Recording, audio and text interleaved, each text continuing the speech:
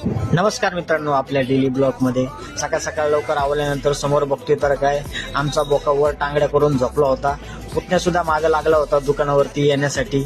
डबा वगैरे खाली रेडी होता. पटापट डबा घेतला आणि निघालो. बाहेर आल्यानंतर कळतं की मेजर साहेब आले होते. मेजर साहेब नुकतेच पोलीस भरतीमध्ये भरती झालेले आहेत. मग काय थोड्या वेळाने मी दुकानावरती गेलो.